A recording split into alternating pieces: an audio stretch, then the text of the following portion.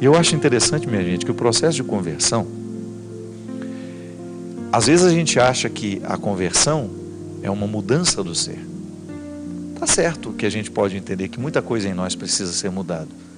Mas eu também entendo que conversão é a retomada da originalidade. É como se você pudesse voltar no tempo e fosse se desprendendo dos excessos que a vida foi te dando, né? E você chegar a uma postura mais original. Eu sou assim. Eu sou original. Eu quero ser original. Eu até dizia no Twitter no início do ano, né? Acho que foi a primeira mensagem que eu postei. O meu projeto de vida para este ano é ser eu mesmo. Eu não aceitar as máscaras que as pessoas querem colocar em mim. Eu não aceitar os estereótipos que as pessoas fazem questão de colocar em mim. Eu sou eu, tenho defeitos, tenho limites, tenho qualidades, mas eu sou eu. Porque Deus me chama para ser quem eu sou. E a minha conversão, a minha configuração a Cristo não nasce de uma mentira. A minha configuração ao Cristo nasce a partir de quem eu sou. Jesus não quer uma outra pessoa. Ele quer a mim. Ele quer você. Então aquilo que a gente vai se tornar, o ser humano que nós queremos ser, que tem nele o nosso modelo, é Jesus o nosso modelo, parte deste ser que eu sou. Porque se Jesus quisesse outro, teria chamado outro. Chamou a mim, chamou você. Da mesma maneira como ele chamou o outro, de outra forma, a partir do ser que ele é. Descobrir essa identidade, sabe? É uma luta. Porque o tempo todo nós temos os que estão de plantão, loucos para falarem o que a gente não é, o que a gente não fez, porque não sei. Parece que é uma luta nos dias de hoje, né? Parece que não existe muito espaço para a gente ser verdadeiro, para a gente ser quem a gente é. Há sempre alguém que está nos querendo pior ou que está nos querendo melhores demais. Isso causa um cansaço, viu? Muitas vezes você se sente cansado e não sabe por quê. Pode ser que o seu ser esteja desconfortável na roupa que você escolheu para ele. Pode ser que o seu ser esteja desconfortável na estrutura que você criou para ele. E aí a gente fica angustiado, a gente fica deprimido, a gente fica agressivo, a gente fica carente demais. Por quê? Porque o meu ser não está confortável na estrutura que eu criei para ele viver. Perca tempo não, viu? Se você hoje descobrir que você precisa fazer reformas na estrutura que você criou para a sua vida, faça. Com bom senso, ouvindo seus amigos, ouvindo o padre que te acompanha, ouvindo o pastor que lhe acompanha. Não tema em reestruturar a sua vida. Crie um espaço para que o seu ser possa ser realizado. Crie um espaço para que Deus tenha chance em você. Muitas vezes a estrutura de vida não permite a conversão. Por quê? Porque Deus só vai entrar nos espaços em que Ele couber. Se o ser está desconfortável, você precisa mudar a estrutura de vida. É como estar no seminário sem querer ser padre. Para que vai ficar lá? Por uma comodidade? Porque já não tem mais coragem de sair? Eu me lembro, sabe? Eu tive muito poucas crises no seminário. Crises assim mesmo. Que vontade de ir embora, desistir de tudo. Não. A minha opção, ela sempre teve muitas lutas. Mas pensar em desistir, eu quase não pensei. Tinha muita meta como o sacerdote. Eu quero ser padre. E ia adiante e estudava. Mas eu me recordo que uma vez o padre Maurício disse para nós, que foi o meu primeiro formador. Ele disse assim: muito mais fácil, muito mais difícil que entrar no seminário é sair dele. Por quê? Porque a gente corre o risco de se acomodar. A gente corre o risco de ir cumprindo os processos que são exigidos de nós e de repente você ficou padre. Mas veja bem, isso é comum na vida. Se você não cuida, você entra numa faculdade que você não quer. Você se prepara para ser um profissional que você não quer. Você se transforma num profissional que você nunca quis ser. Por quê? Porque estava mais fácil seguir por aquele caminho. Foi cômodo, a sua mãe queria, o seu pai queria, tinha facilidade de morar naquela cidade que tinha o curso.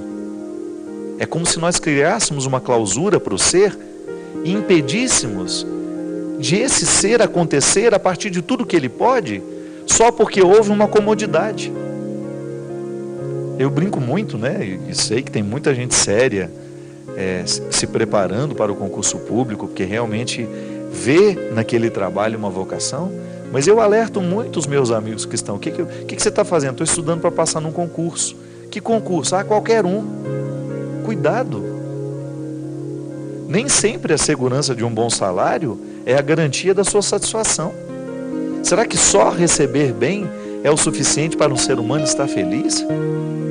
Eu acho que a remuneração, ela é muito válida, é muito bom mesmo você ter possibilidade de construir os seus sonhos, de você ter um financeiro que te dê tranquilidade para você viver bem a sua vida. Eu acho que isso é um valor, sim. Você administrar bem aquilo que Deus lhe dá, a partir do seu trabalho, do seu suor. Agora, se você descobre que você está trabalhando só para ganhar dinheiro, que não há uma satisfação naquilo que você faz, você pode estar assassinando o ser, né? De repente você teria sido um excelente profissional numa outra área se tivesse tido a coragem de desassossegar temporariamente o seu ser, sair da comodidade que lhe foi criada e enfrentar os desafios da vida. O ser, para crescer, precisa de estímulos, de luta.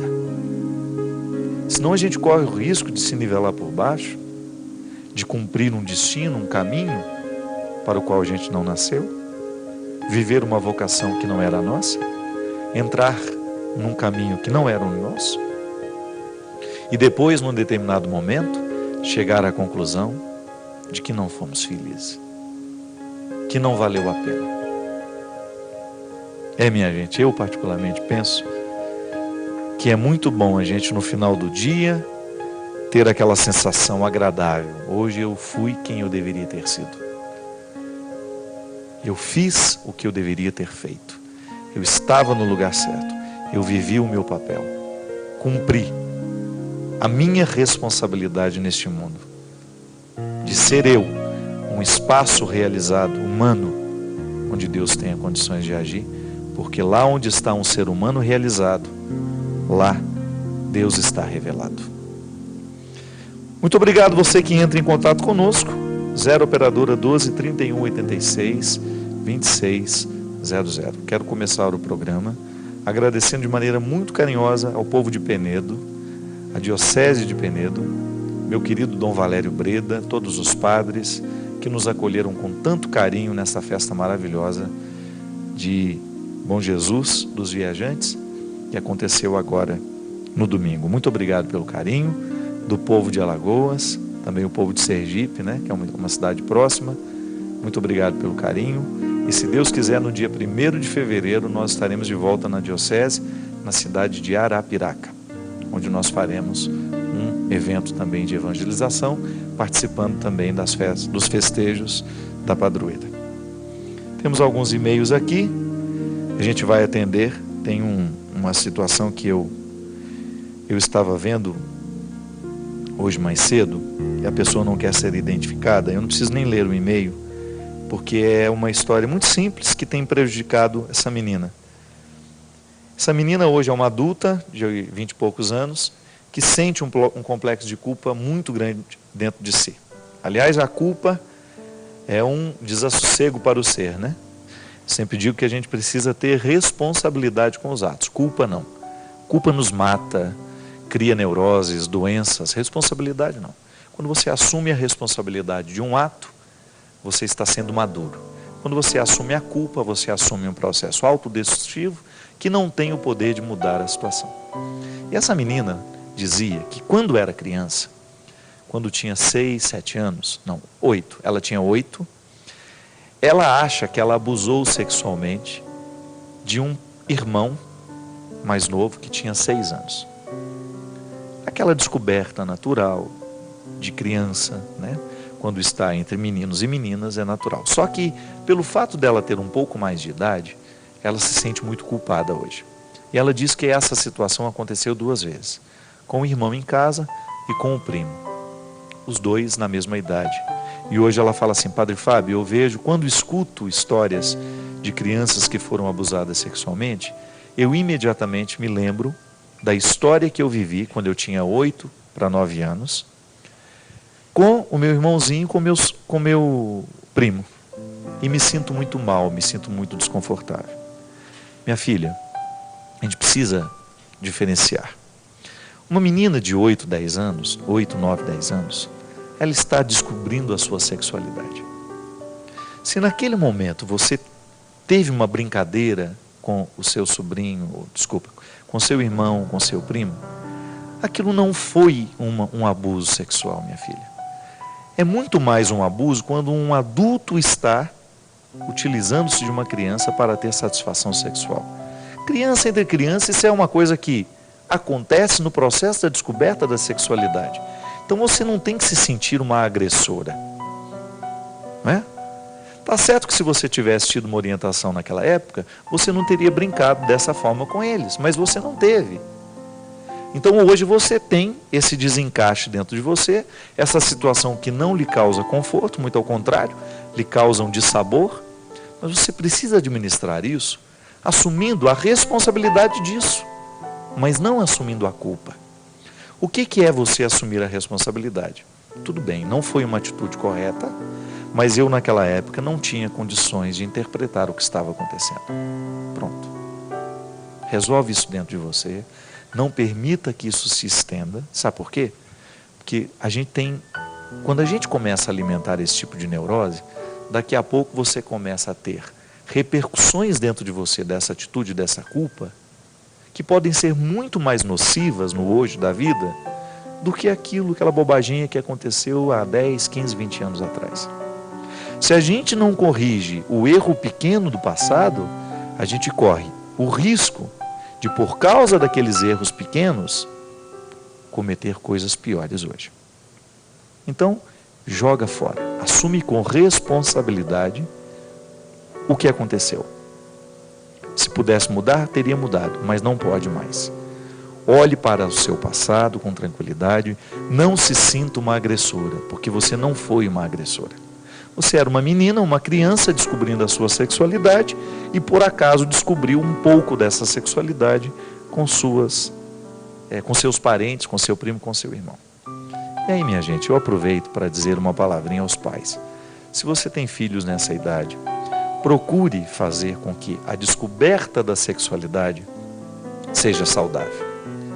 Muitas vezes uma menina procura isso no menino, né? Fica interessada em conhecer a sexualidade do menino, o sexo, né? O genital, digamos assim, justamente porque lhe faltou alguma orientação da parte da mãe, que mostrasse a diferença entre o homem e a mulher, que pudesse falar de sexualidade com um pouco mais de serenidade, que isso não fosse um tabu dentro das nossas casas, para que a gente seja mais integrado com a sexualidade que a gente tem.